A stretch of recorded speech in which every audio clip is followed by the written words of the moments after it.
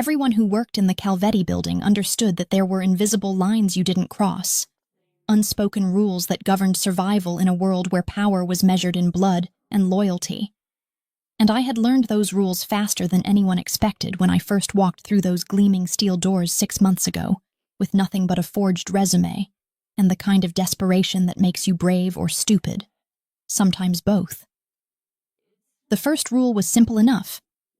Never look Dante Calvetti directly in the eyes unless he demanded it, because those storm gray eyes could strip away every carefully constructed lie you'd ever told yourself.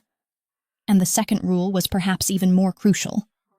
Never, under any circumstances, ask questions about the men who came and went through his private elevator with blood on their knuckles and death in their expressions. But there was a third rule, one that had developed specifically around me over the past 6 months, whispered about in break rooms, and discussed in hushed tones by the other administrative staff, who watched me with a mixture of envy and confusion.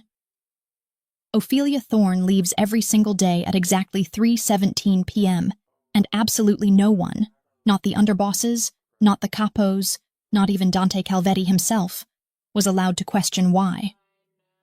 I had perfected the routine with the kind of precision that would have made a Swiss watchmaker weep with appreciation, because in a world controlled by a man who noticed everything, who could tell when someone was lying by the microscopic dilation of their pupils, and who had built an empire on reading the subtle shifts in human behavior, I had somehow managed to maintain this one small rebellion, this single pocket of mystery that he couldn't penetrate.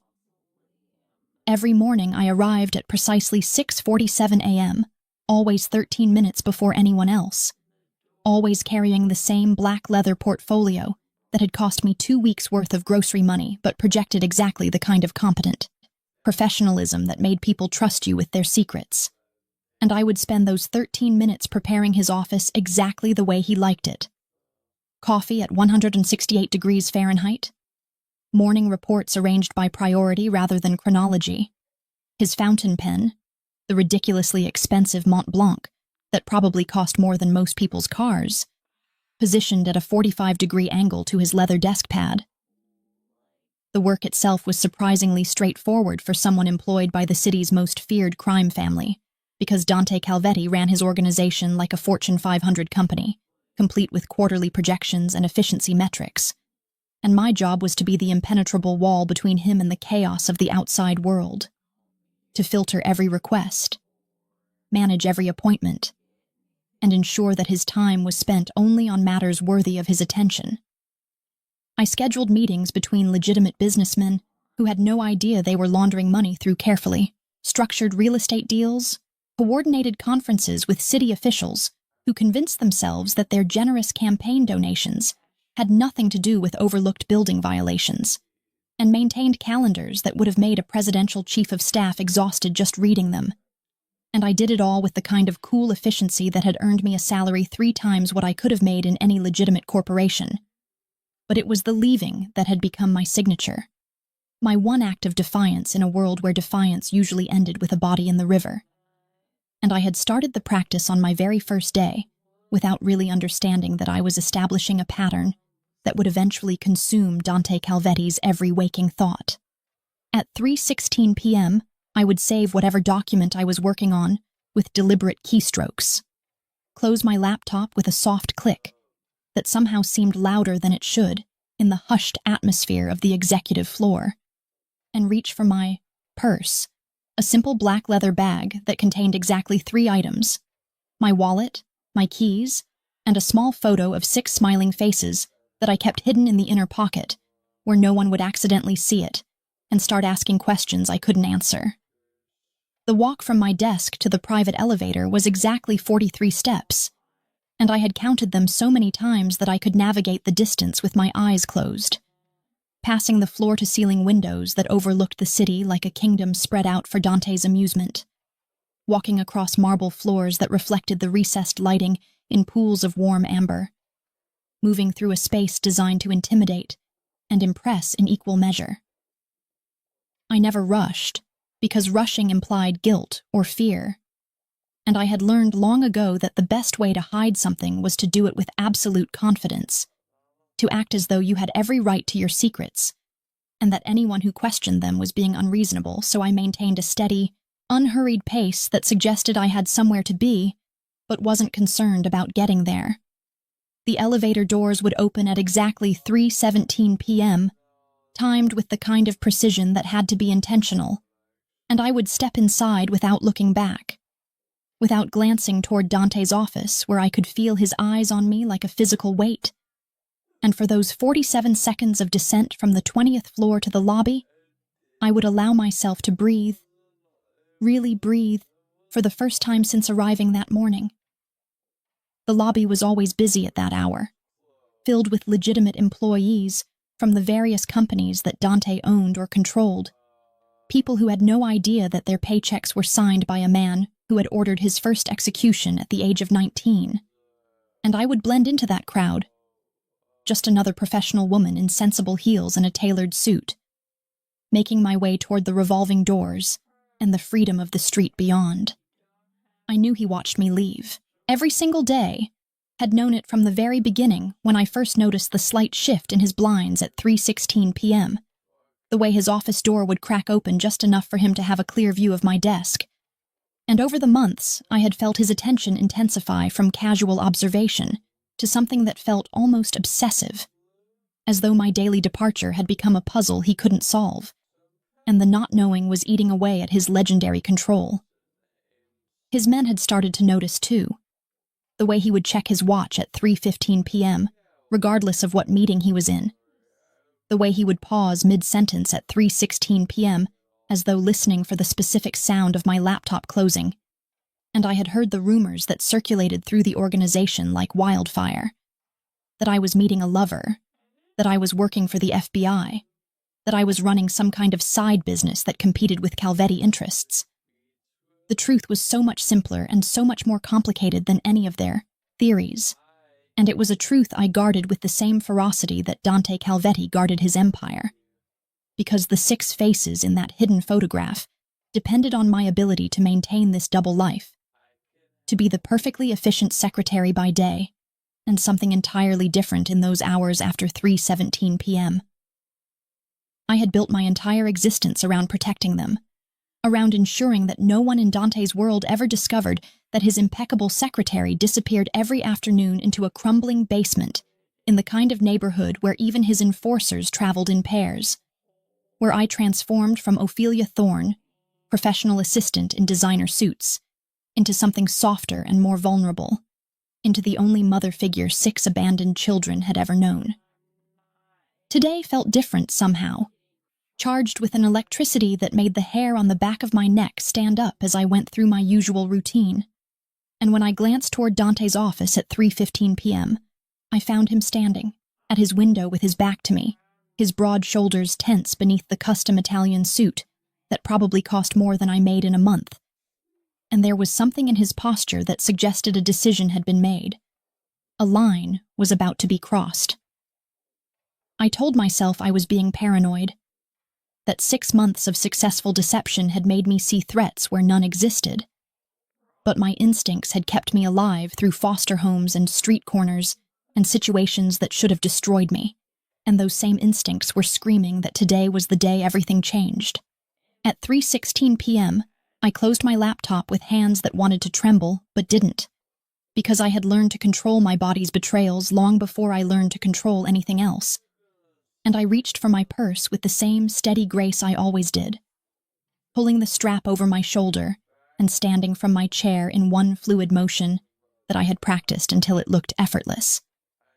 The walk to the elevator felt longer than usual, as though the 43 steps had somehow multiplied, and I could feel Dante's attention on me like a spotlight, hot and invasive and impossible to ignore.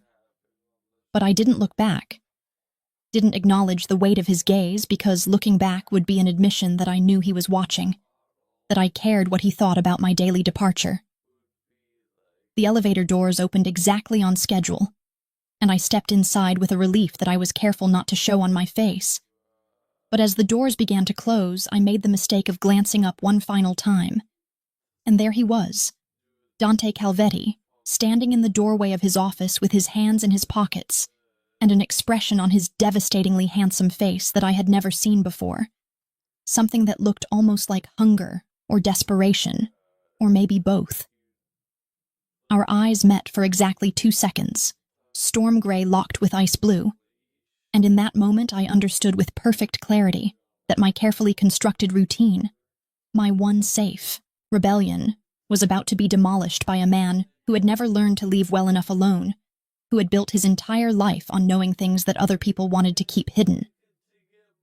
As the elevator descended and my stomach dropped with it, I pressed my hand against the cool metal wall and tried to convince myself that I was wrong, that Dante Calvetti had more important things to worry about than where his secretary went every afternoon at 3:17 p.m.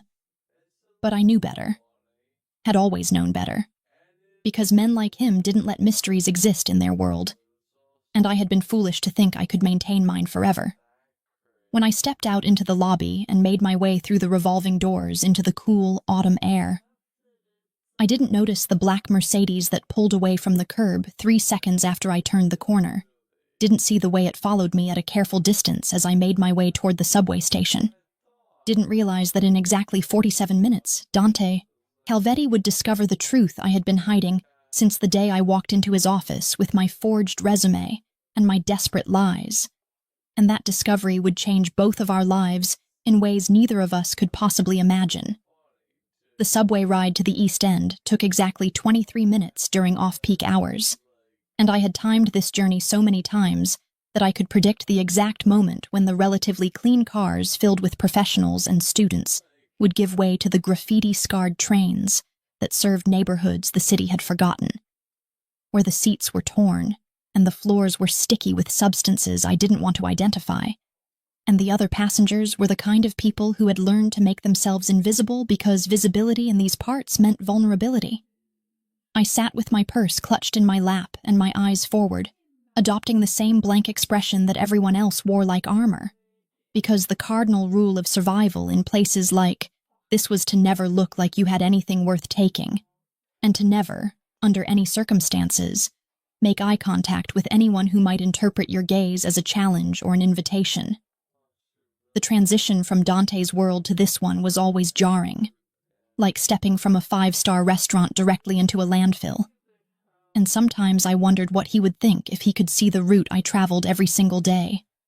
If he could witness the way his perfectly coiffed secretary navigated streets where broken glass glittered in the gutters like deadly diamonds, and where the smell of garbage and desperation hung in the air like a toxic fog.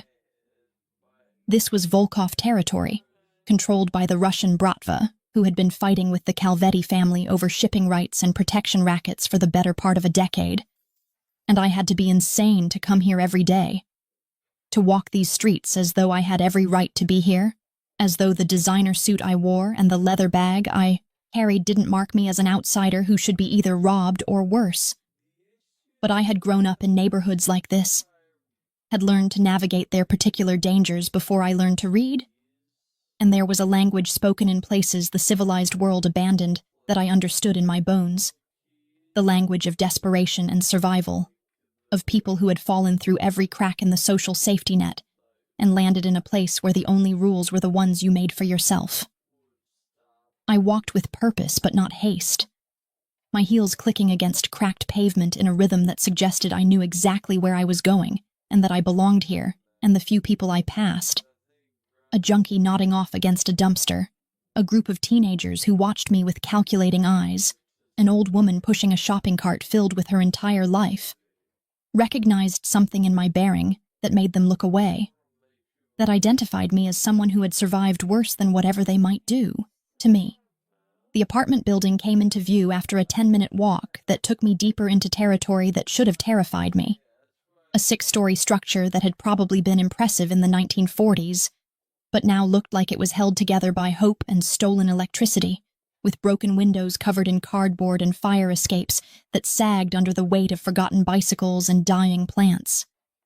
The front door hung perpetually open, the lock having been broken so many times that the building's absentee landlord had finally given up on replacing it, and I slipped inside without breaking stride, immediately enveloped by the smell of mildew and cooking odors and human misery that had soaked into the walls over decades of neglect. I didn't go up, which is what anyone following me would expect, because people who entered buildings like this were usually residents heading to their apartments or dealers visiting their clients. But instead I turned toward the back of the lobby where a Dr. marked "Maintenance, Keep Out" stood slightly ajar, and I pulled it open with the familiarity of someone who had done this exact thing hundreds of times before, revealing a staircase that descended into darkness so complete it seemed to have physical weight. The basement was technically condemned, had been for years according to the yellowing notice that someone had taped to the door and that had long since been ignored. But condemned spaces had an advantage that legal ones didn't. No one looked for you there. No one asked questions about what you were doing, and no one cared what happened in the darkness as long as it stayed hidden. I pulled out my phone and activated the flashlight, because the building's basement lighting had stopped working sometime during the previous century, and began my descent downstairs that creaked ominously under my weight, each step requiring careful placement, because some of the treads were rotted through and would collapse if you hit them wrong, and I had memorized which ones were safe through trial and error that had left me with bruises I'd had to explain away to curious coworkers. The descent took almost 2 minutes, far longer than it should have taken to go down a single flight of stairs, but I moved carefully because falling here would mean no one would find me until it was far too late, and the children were depending on me to arrive safe and whole and ready to pretend for a few hours that the world wasn't as cruel as we all knew it was. The basement itself was larger than anyone would expect, stretching beneath the entire footprint of the building in a maze of rooms that had once served purposes I could only guess at. Storage, maybe, or maintenance areas, or perhaps something more sinister given the neighborhood's history. But Ruth had transformed the central room into something that almost resembled a home before she died, stringing up battery-powered lanterns that cast warm pools of light against the concrete walls and covering the floor with carpet remnants she'd collected from dumpsters behind furniture stores, and arranging mismatched furniture that people had abandoned on street corners into a space that could almost be cozy if you didn't look too closely at the water stains on the ceiling or the mold growing in the corners. The sound of children's voices reached me before I rounded the final corner, a sound that never failed to make something in my chest simultaneously tighten and release, because these voices meant they were still here, still safe, still surviving, despite a system that had failed them so completely that they had fallen into the gaps between official neglect and unofficial abandonment. I stepped into the light of the main room and was immediately mobbed by small bodies, arms wrapping around my waist and my legs, voices calling my name in a chorus that made me forget, for just a moment, about the danger I courted every time I walked through Dante Calvetti's door with my secrets and my lies. "Ophelia, you're here! Marcus said you might not come today because it's cold outside, but I told him you always come. You promised you would always come." That was Mira, 7 years old with tangled brown hair and eyes too old for her face, the newest addition to our makeshift family, found 3 weeks ago sleeping in a cardboard box behind a Chinese restaurant with nothing but a stuffed rabbit that had seen better days, and a fierce determination not to cry no matter how scared she was. I knelt down so I was at her level, ignoring the way my expensive skirt was definitely getting ruined against the basement floor, and pulled her into a hug that she returned with the kind of desperate strength that broke my heart every single time, because children shouldn't have to hug like they were afraid you might disappear if they didn't hold tight enough. "I will always come, baby. I promise you that. Nothing could keep me away from you guys, absolutely nothing in this entire world." The others gathered around with varying degrees of enthusiasm, because some of them had been here longer and had learned that promises were things adults made before they inevitably broke them. But even the most skeptical couldn't quite hide their relief at my arrival. Marcus, at 14, trying so hard to be the man of this strange family, with his carefully maintained toughness that cracked around the edges when he thought no one was looking.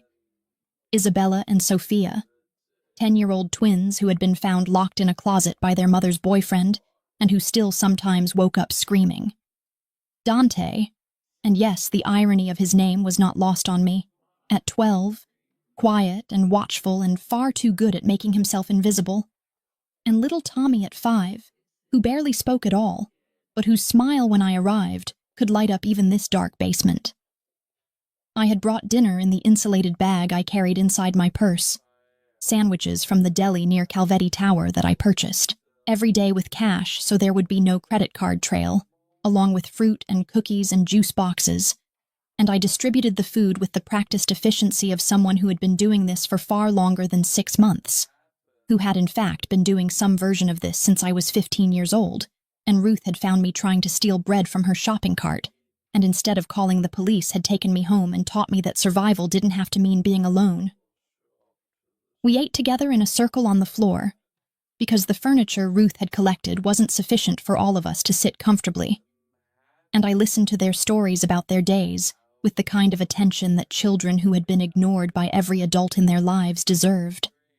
Marcus talking about the part-time job he'd found washing dishes at a restaurant that didn't ask for ID. Isabella describing a stray cat she'd been feeding in the alley.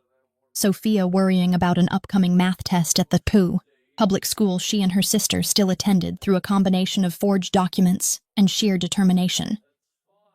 These moments were what I lived for.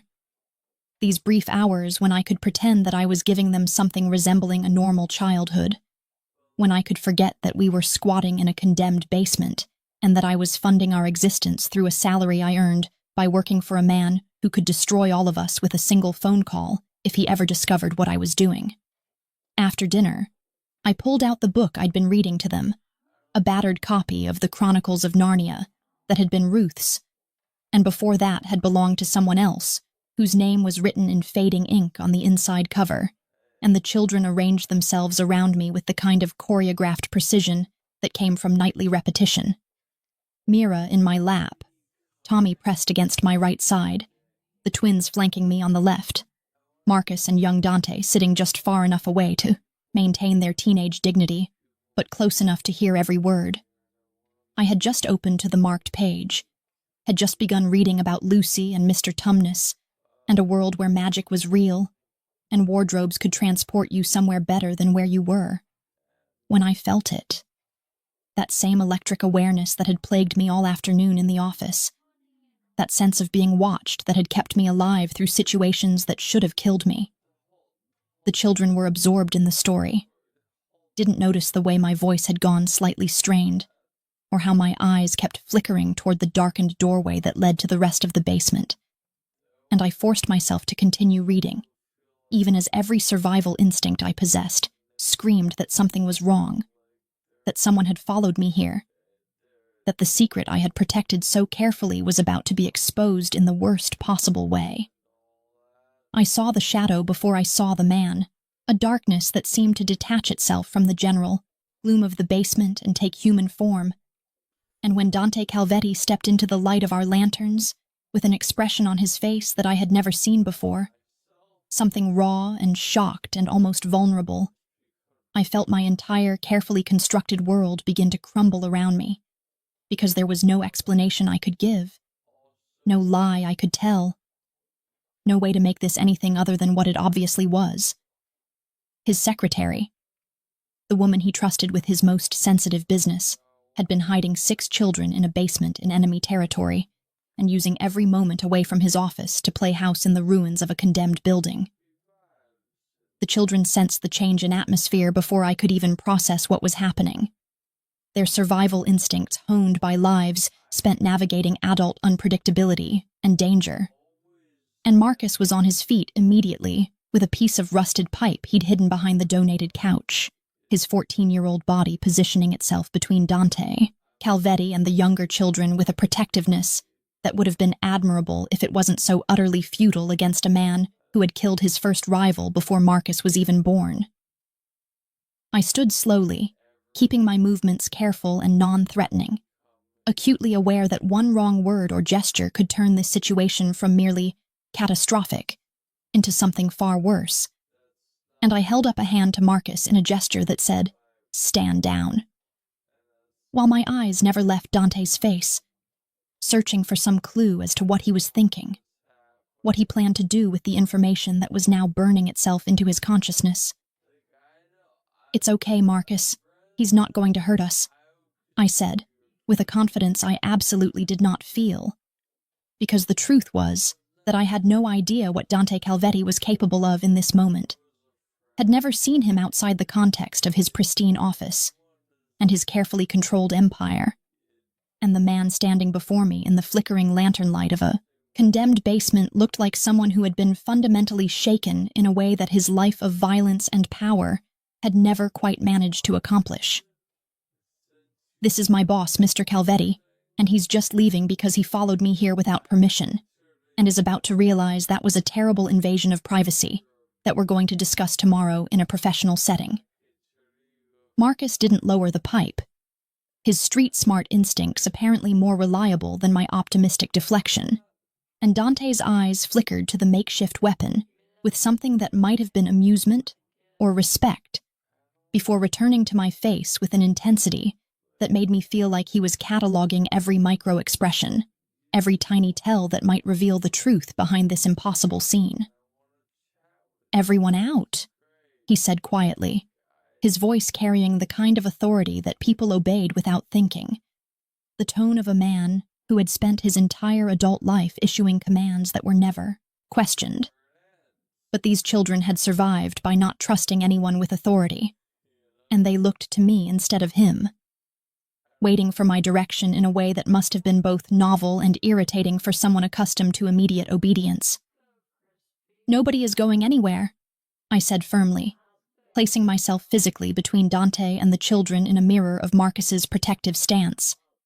And I saw something flicker across Dante's face that might have been surprise or anger or something else entirely, because I had spent 6 months being the perfect employee, agreeing with his decisions and facilitating his wishes, and this open defiance was probably more shocking than finding me in a basement with 6 orphans.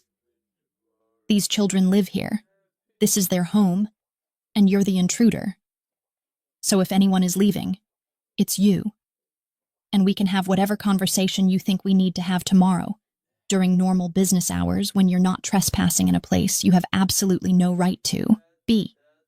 The silence that followed my declaration stretched out like pulled taffy, thick and uncomfortable and threatening to snap at any moment, and I could see Dante processing this new version of me, the woman who spoke to him with the same ice-cold authority he usually wielded.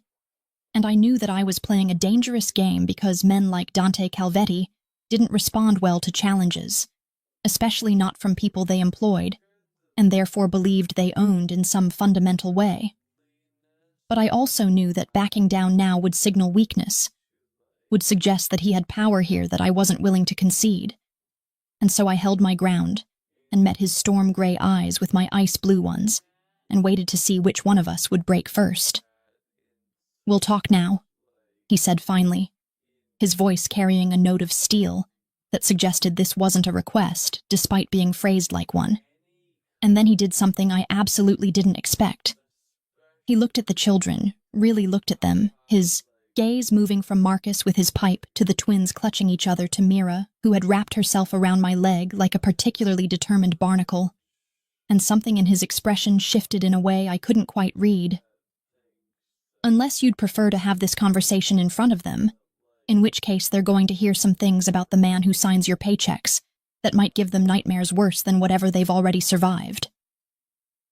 The implicit threat in his words was clear, and I felt anger surge through me like a physical force, hot and dangerous, and completely at odds with the careful control I'd maintained for 6 months in his presence, because he was using the children as leverage, weaponizing my love for them against my need to protect them from the darker realities of the world I'd entered when I walked into his office with my forged credentials and desperate lies.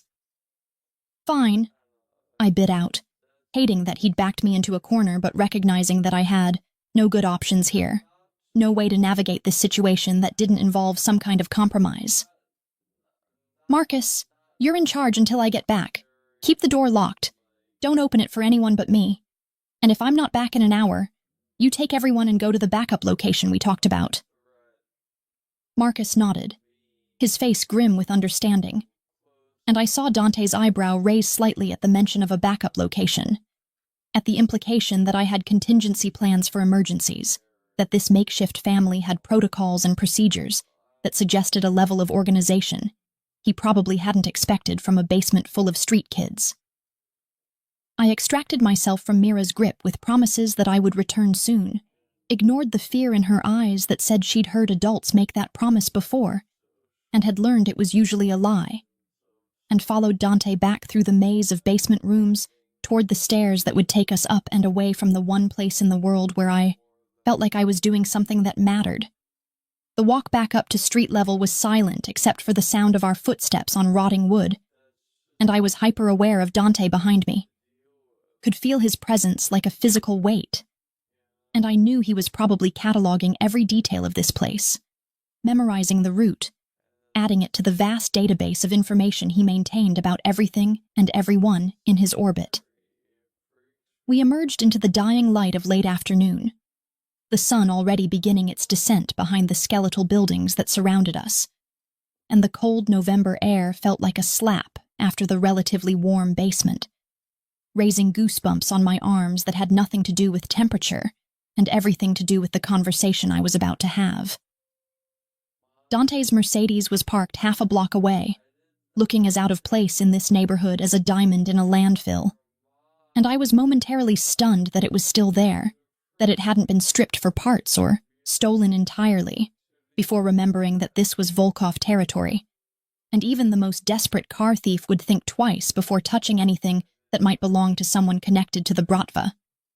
He opened the back door in a gesture that was probably meant to be courteous, but felt more like a command, and I slid into the leather interior with its new car smell and climate control, and reminded myself that I had survived worse than a difficult conversation with my employer.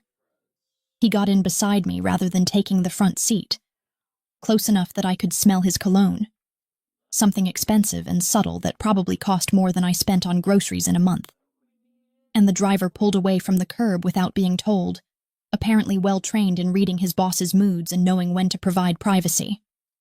"Explain," Dante said, the single word carrying the weight of all his confusion and anger, and what might have been betrayal, as though I had somehow wronged him by having a life outside of his office, by harboring secrets he hadn't authorized. "I don't owe you an explanation about what I do with my personal time," I said, maintaining the defiance that had served me well in the basement, even though every survival instinct I possessed was screaming at me to apologize, to grovel, to do whatever it took to keep this job that funded the children's existence. But I had learned long ago that men like Dante respected strength more than submission, at least in the initial confrontation.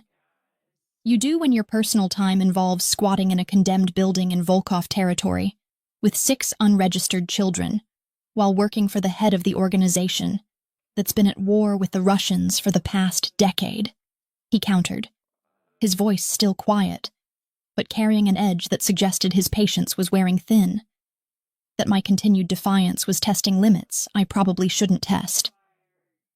You do when leaving at the same time every single day creates patterns that my enemies can exploit, when your mysterious disappearances make my men nervous and cause rumors that undermine my authority, when you're potentially creating a liability that could be used against me in ways you can't even begin to imagine. The fact that he'd immediately jumped to the strategic implications rather than the moral or legal ones told me everything I needed to know about how Dante Calvetti's mind worked, and I felt something cold settle in my stomach because he was right. I had been thinking about the children's safety and my own need to help them, but I hadn't fully considered how my actions might appear to someone who viewed the world through the lens of threats and vulnerabilities and potential weaknesses to exploit. "Those children have nothing to do with you or your business," I said, trying to keep my voice level, even as panic started to claw at the edges of my control.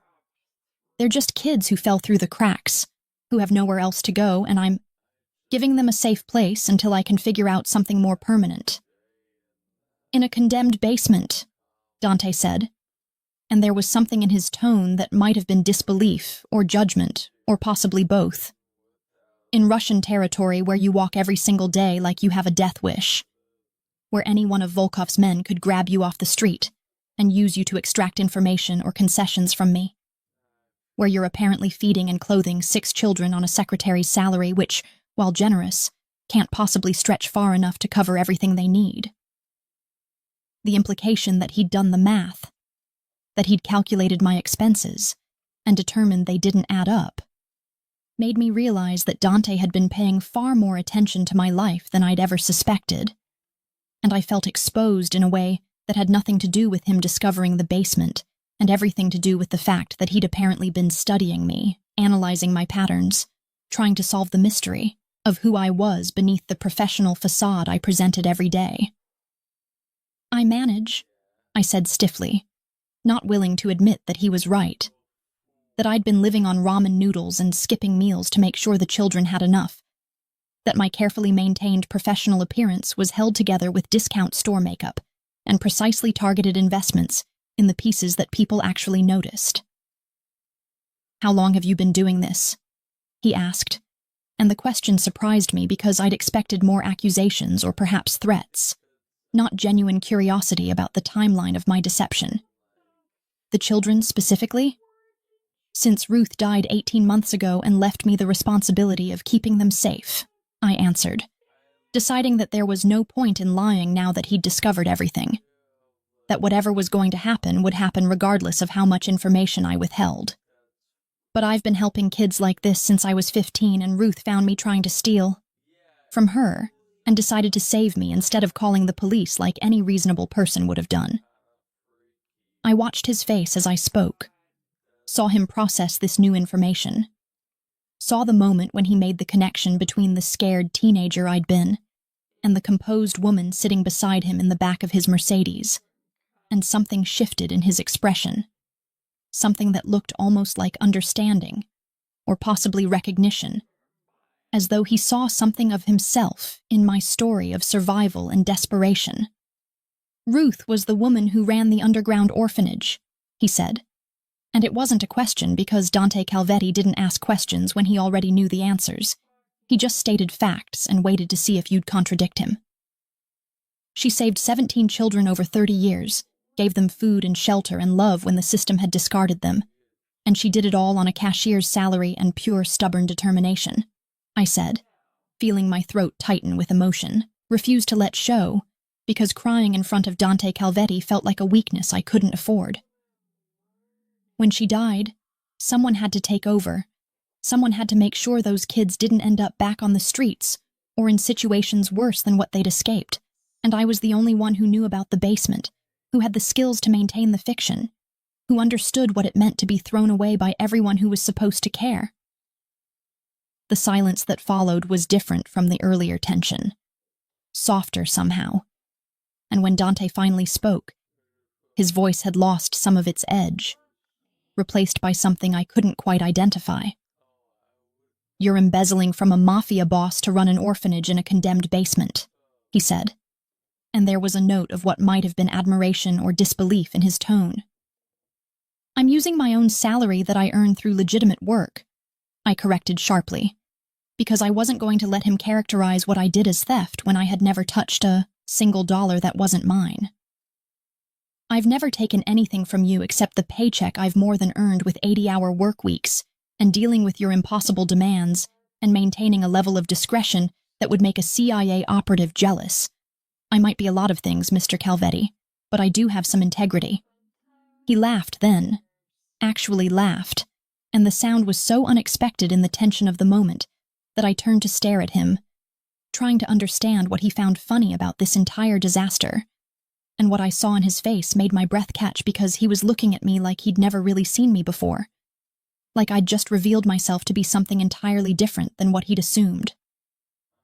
"You're either the bravest woman I've ever met or the most foolish," he said, his storm-gray eyes holding mine with an intensity that made me want to look away, but somehow couldn't.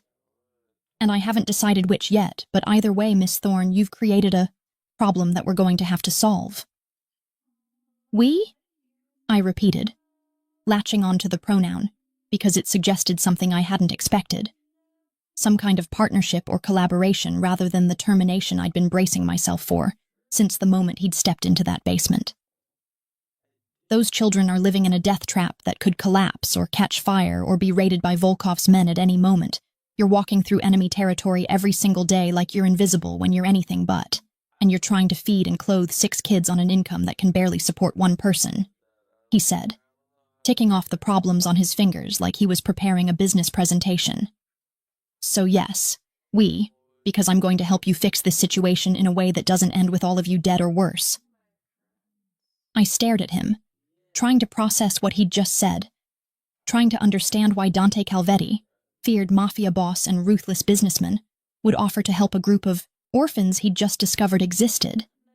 And the only explanation I could come up with was that this was some kind of trick, some manipulation designed to gain leverage over me or extract information or achieve some goal I couldn't yet see. "Why would you help?" I asked, voicing the question that was screaming through my mind, because men like him didn't do things out of kindness, didn't offer assistance without expecting something substantial in return. His expression shifted into something I couldn't read, something that might have been calculation or vulnerability, or some strange combination of both. And when he answered, his voice carried a note of honesty that I absolutely didn't expect from a man who had built his empire on secrets and lies. "Because you walked into my office 6 months ago with forged references, and a desperation you tried to hide but that I could smell like blood in the water. And instead of turning you away or exploiting your obvious need, I hired you because something about you reminded me of myself at your age. Hungry and desperate and willing to do whatever it took to survive," he said. And the admission felt like a gift, or possibly a weapon. "Because you've been the best assistant I've ever had, despite running a secret orphanage on the side, which suggests a level of competence and dedication that's almost impossible to find. And because if I let you continue this way, you're going to get yourself killed, and that would be a tremendous waste of potential that I'm not willing to accept." The words hung in the air between us, honest and calculating and somehow both mercenary and kind, and I realized that this was how Dante Calvetti operated. Not through simple cruelty or straightforward benevolence, but through a complex calculus that weighed costs and benefits and opportunities in ways that served his interests, while occasionally aligning with something that looked almost like doing the right thing. "What do you want in return?" I asked, because there was always a price, always an exchange, and I needed to know what I'd be trading for his help before I agreed to anything. "You work for me until the debt is paid, and I mean really work for me. No more secrets, no more mysterious departures, complete transparency about your life and your obligations so I can factor them into my security planning and ensure that your vulnerabilities don't become mine," he said, laying out terms that were somehow both more and less than I'd expected. "And you let me do this properly, with a real building and proper food and educational resources, and everything those children need to have an actual chance at life. Because if I'm going to invest in this situation, I'm not going to half-ass it by letting you continue to operate out of a basement that should be demolished." I wanted to argue, wanted to maintain my independence and refuse his help, because accepting it meant becoming indebted to a man whose world was built on violence and crime. But I thought about Mira's too thin frame, and the way Marcus's shoes were held together with duct tape, and how the twins still woke up screaming from nightmares about the closet. And I knew that my pride was worth less than their well-being, that whatever price Dante Calvetti extracted from me would be worth paying if it meant giving those children something better than a condemned basement and stolen food. "I need to know that you're not going to hurt them, that they're not going to become leverage or pawns in whatever games you play with your enemies," I said, establishing my one non-negotiable condition. "I don't hurt children, Miss Thorne, regardless of what you might think about me or my business," he said, and there was something almost offended in his tone, as though I'd insulted him by suggesting he might. "I have many sins on my conscience, but that's a line I've never crossed and never will, so your children will be safe from me, and if I have anything to say about it, safe from everyone else as well." The way he said, "your children," made something warm unfurl in my chest, a recognition that he understood they were mine in every way that mattered, despite the lack of legal or biological connection. And I found myself nodding before I'd fully processed the implications of what I was agreeing to. accepting his help and his terms, and binding myself to him in a way that went far beyond the employer-employee relationship we'd maintained for 6 months. "Okay," I said quietly, the word feeling like a surrender and a victory, and the start of something I couldn't yet name. "But I want to be clear that if you betray them, if you use them against me or put them in danger, I will find a way to destroy you even if it kills me in the process." The threat should have been laughable coming from a secretary to one of the most powerful crime bosses in the city. But Dante didn't laugh, didn't dismiss my words as empty bravado, and instead he nodded slowly as though accepting the terms of a contract between equals. "Understood," he said simply. And then he did something that shocked me more than anything else that had happened in this impossible day. He extended his hand for me to shake, offering me the same gesture he used to seal deals with his business partners and rival families, treating my threat and my acceptance as worthy of the formal acknowledgement that came with his respect.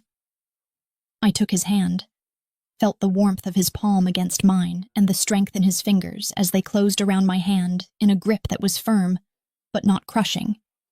And in that moment, something shifted between us. Some fundamental change in the dynamic that had governed our relationship for 6 months. And I knew with absolute certainty that my life had just become infinitely more complicated in ways I couldn't begin to predict, but also, perhaps, infinitely better for the 6 children waiting for me in a basement who deserved more than I could give them alone. Dante Calvetti kept his word with the kind of ruthless efficiency that had built his empire. And within 72 hours of our conversation in the back of his Mercedes, he had purchased a 4-story brownstone in a neighborhood that straddled the invisible border between respectability and the kind of working-class grit that wouldn't raise questions about a woman suddenly housing 6 children. And the speed with which he moved was both impressive and terrifying, because it demonstrated exactly how much power he wielded, how easily he could reshape reality to match his vision when he decided something needed to happen. The building came fully furnished with beds that had actual mattresses instead of carpet remnants, a kitchen with appliances that worked, and food in the refrigerator that hadn't been stolen or purchased with carefully hoarded coins, and security measures that included cameras at every entrance, and what Dante casually referred to as discreet protection, which I understood to mean armed guards who would watch over the children without being obvious about it. And I should have felt relieved or grateful, but instead, I felt the weight of obligation settling over me like chains made of gold. Moving the children from the basement to their new home had been simultaneously joyful and heartbreaking, watching their faces light up when they saw bedrooms with actual doors and windows that let in sunlight and a living room large enough for all of them to sit comfortably. But also seeing the fear in their eyes because they'd learned through brutal experience that good things were usually temporary, that adults who made promises inevitably broke them, and no amount of my reassurance could completely erase the worry that this too would be taken away. Mira had cried when she saw the room she would share with the twins, actual tears streaming down her face as she touched the pink bedspread and the stuffed animals arranged on the pillows, and Marcus had stood in the doorway of what would be his first private space in his entire life, with an expression that looked like he was trying not to feel hope, because hoping hurt too much when it was inevitably crushed, and I had wanted to promise them that this was permanent, that Dante wouldn't take it away. But I'd learned the same lessons they had about broken promises, and so instead I just held them and let them feel whatever they needed to feel. The price for Dante's generosity became clear when I returned to work the following Monday and found that my role had fundamentally changed in ways that went far beyond the transparency he'd demanded, because I was no longer just his secretary managing calendars and filtering calls, but something closer to a confidant, someone he consulted about decisions that had nothing to do with administrative efficiency and everything to do with the moral calculations that apparently kept him awake at night despite his carefully cultivated reputation for ruthless amorality. He asked my opinion about territorial disputes and protection arrangements, wanted to know what I thought about potential business partners, and proposed expansions into new markets. And there was something almost vulnerable in the way he sought my input, as though my outsider perspective offered him something his lifetime of criminal enterprise couldn't provide. and I found myself drawn into his world in ways that terrified me, because the more I understood about how his empire functioned, the more complicit I became in its darker operations. The shift in our dynamic didn't go unnoticed by his organization, and I could feel the weight of suspicious eyes tracking my movements through the building, could hear the whispered conversations that stopped when I entered rooms, could sense the resentment from men who had served Dante for decades, and suddenly found themselves bypassed in favor of a woman who had been there for mere months. And I knew that I had inadvertently made myself a target by accepting his help, that there were people within the Calvetti organization who would see my influence as a threat or an opportunity, depending on how they calculated their own interests. Dante seemed unconcerned about the political implications of our changing relationship, or perhaps he was simply confident enough in his authority that he didn't care what his subordinates thought. But I had survived this long by paying attention to power dynamics and reading the subtle currents of organizational politics. And what I was reading in the faces around me suggested that my elevated position had put me in a dangerous spotlight. The attack, when it came, was precisely calculated to exploit the one vulnerability that Dante had created by helping me, and I should have seen it coming, should have anticipated that his enemies would notice his sudden interest in a formerly unremarkable neighborhood, and his uncharacteristic generosity toward a group of orphans who had no obvious connection to his business interests. I had left the office at my usual time, though now it was 5:30 p.m. rather than 3:17, since the children were settled and safe, and didn't need me to arrive at a precise moment, and was walking the 3 blocks to the subway station when the black van pulled up beside me with the kind of practiced precision that suggested professional execution rather than random violence. And before I could even process what was happening, hands were grabbing me and pulling me inside, and something sharp was pressing against my neck in a way that communicated very clearly that struggling would be a fatal mistake. The men who had taken me were Russian, their accents making that obvious even before I saw the tattoos that marked them as Bratva, and the one who seemed to be in charge, a man with ice-blue eyes that were several shades colder than mine, and a scar that ran from his temple to his jaw, smiled at me with the kind of anticipatory cruelty that made my blood run cold as he explained in heavily accented English that I was going to be a guest of Victor Volkov until Dante Calvetti agreed to certain territorial concessions that had been under dispute for the past 18 months. The implication was clear. I had become valuable enough to Dante that kidnapping me was worth the risk of escalating their conflict, that Volkov had noticed the brownstone and the security, and Dante's unusual personal interest in my well-being, and had correctly calculated that I represented leverage worth exploiting. And I felt fury surge through me alongside the fear, because I had known this was a possibility, had warned Dante that the children couldn't become pawns, but I had never considered that I might become one instead. They took me to a warehouse in the industrial district, where the smell of the river mixed with oil and rust and something that might have been old blood, and the hours that followed were a study in psychological torture as Volkov's men made it very clear what would happen to me if Dante didn't cooperate, didn't agree to their terms, didn't prove that I was worth more to him than the territory they were demanding.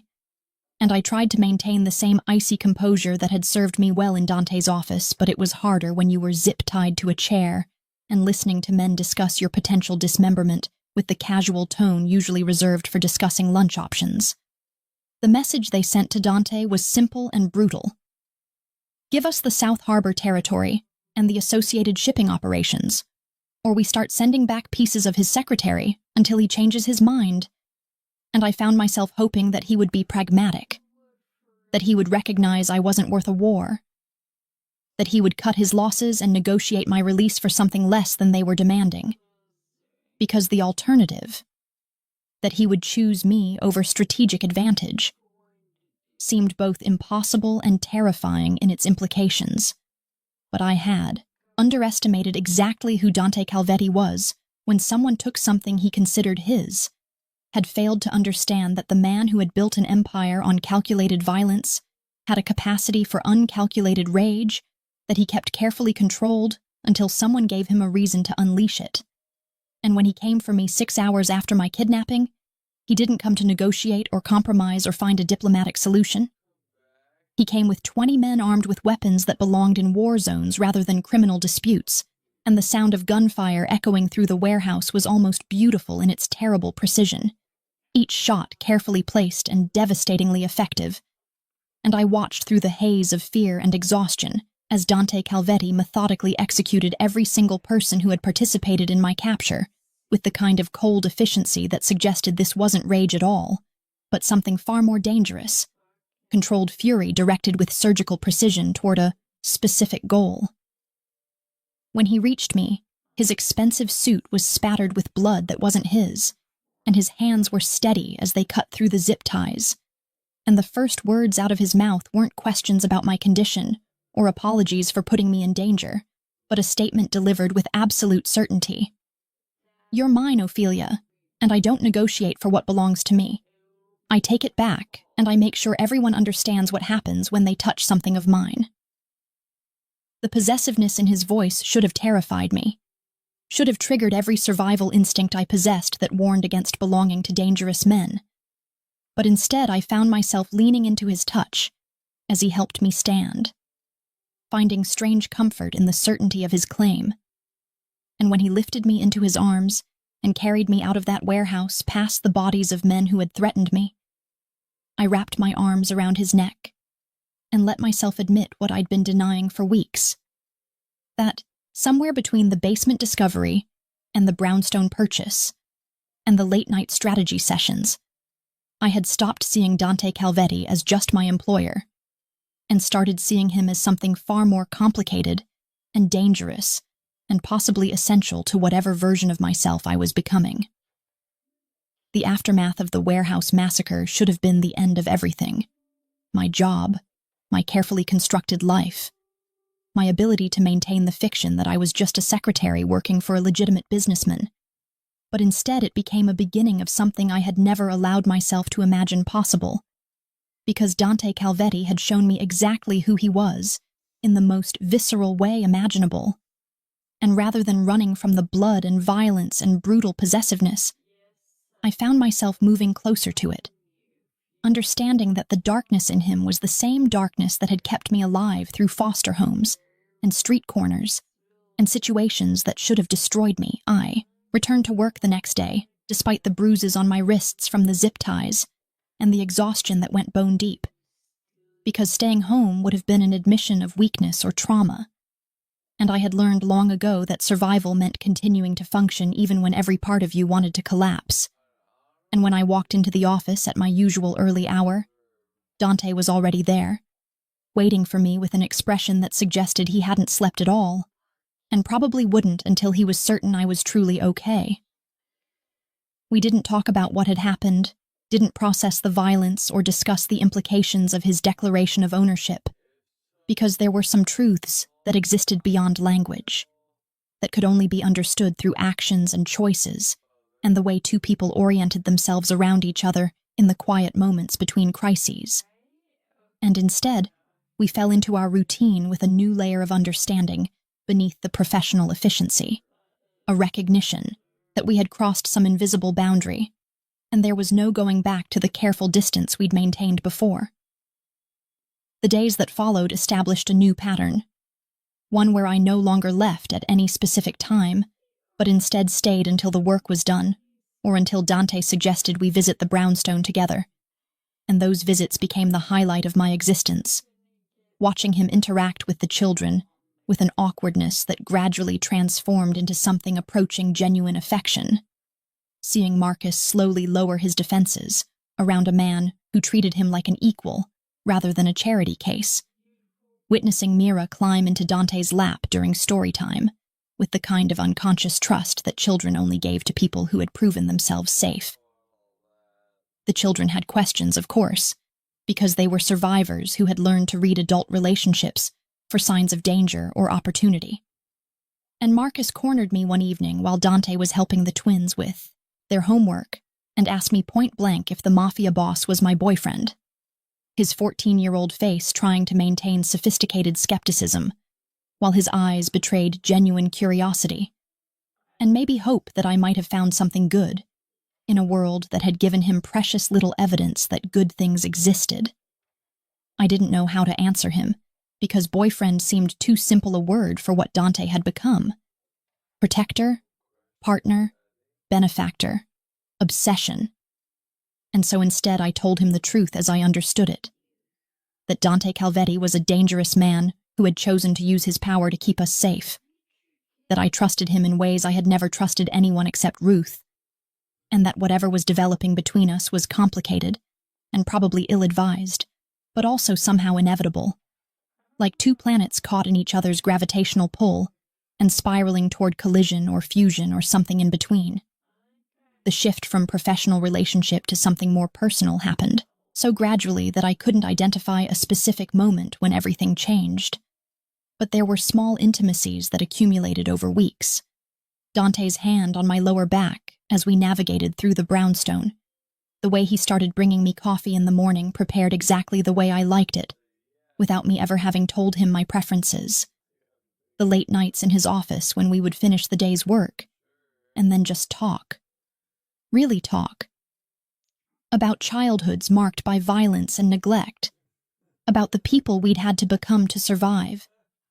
About the strange miracle of finding someone who understood the particular wounds that shaped you. He told me about his father's brutality and his mother's absence, and the uncle who had taught him that power was the only thing that mattered in a world designed to crush anyone without it. And I shared my own history of foster homes and abuse, and the terrifying moment when Ruth had looked at a 15-year-old thief and decided to see potential instead of pathology. And in those conversations we built something that felt like foundation, like the beginning of trust between two people who had learned not to trust anyone. The evening that everything crystallized into undeniable reality was unremarkable in most ways. Just another day ending in the usual manner with both of us preparing to leave the office.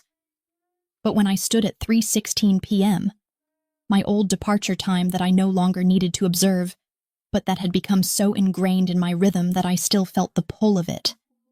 I didn't reach for my purse or head toward the elevator. I just stood there looking at Dante across the expanse of his office, and the question I saw in his eyes was the same one that had been building between us for weeks. "The children want to meet the man who saved me," I said, even though he'd met them dozens of times already, even though what I really meant was something entirely different. Something about choosing him and letting him choose me, and acknowledging that whatever this was between us deserved to be named and claimed rather than existing in the careful ambiguity we'd maintained. "And I want you to come with me. Not as my employer or their benefactor, but as the man who somehow became essential to every part of my life without me quite noticing when it happened." The vulnerability in my admission hung in the air between us, and I watched Dante process my words with the same careful attention he brought to everything, his storm-gray eyes searching my face for certainty or doubt. And when he finally moved, crossing the space between us with steps that seemed both purposeful and hesitant, I held my ground and waited for him to close the distance that had always existed between what we were and what we could be. His hands came up to cup my face with a gentleness that seemed impossible from someone capable of such violence. And when he kissed me, it was with the kind of reverence usually reserved for fragile things, as though he understood that for all my survival skills and hard-won strength, this moment required softness, required him to prove that he could be something other than the brutal efficiency I'd witnessed in that warehouse. We went to the brownstone together that evening, and the children greeted us with the unsurprised acceptance of young people who had already figured out what adults were still dancing around. And when Mira asked if Mr. Calvetti was going to be staying for dinner every night now, I looked at Dante and saw my own answer reflected in his expression. Yes, and breakfast too, and all the moments in between, because we had somehow created a family out of the broken pieces of our separate lives, had built something worth protecting from a condemned basement and a mafia empire, and the stubborn determination of people who refused to accept that their damage made them unworthy of connection. The evening unfolded with comfortable chaos as the children competed for Dante's attention, and I made dinner in a kitchen that still felt too nice to be real. And I caught myself thinking about Ruth and how she would have loved this. Loved seeing the children safe and fed and surrounded by people who had chosen to love them.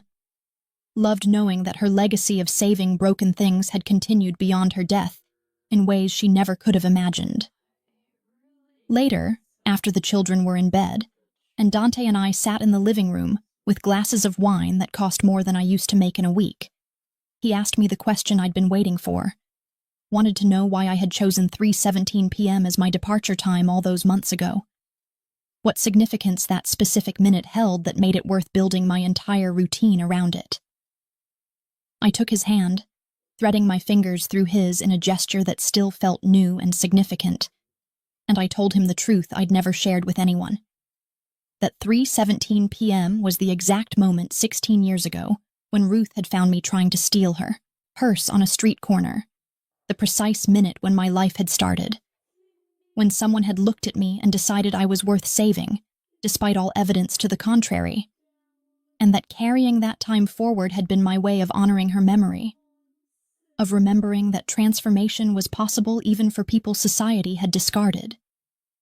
"And now?" Dante asked, his thumb tracing patterns on my palm that sent shivers up my arm, and I knew he was asking about more than just the time, was asking about what 3:17 meant in this new life we were building together. "Now it's the moment I found you," I answered, leaning into his warmth and feeling the rightness of it settle into my bones, like coming home after a lifetime of wandering. Or maybe the moment you found me, standing in a basement surrounded by children who needed saving, and instead of seeing a liability or a problem to be solved, you saw something worth keeping, worth protecting, worth building a future around, and that kind of recognition, being truly seen by someone who understands the darkness because they've lived in it too. That's rarer than any amount of money or power or security you could ever offer. We sat in the quiet of that revelation, two damaged people who had somehow found each other across the distance of different worlds and impossible circumstances, and I understood that this was what love looked like when you'd survived enough to know its value. Not hearts and flowers and romantic gestures, but the steady certainty of someone who would burn down the world to keep you safe, who would look at your broken pieces and see possibility, who would choose you every single day at 3:17 p.m. and every moment in between, building a home from the ashes of who you used to be and the hope of who you might become together.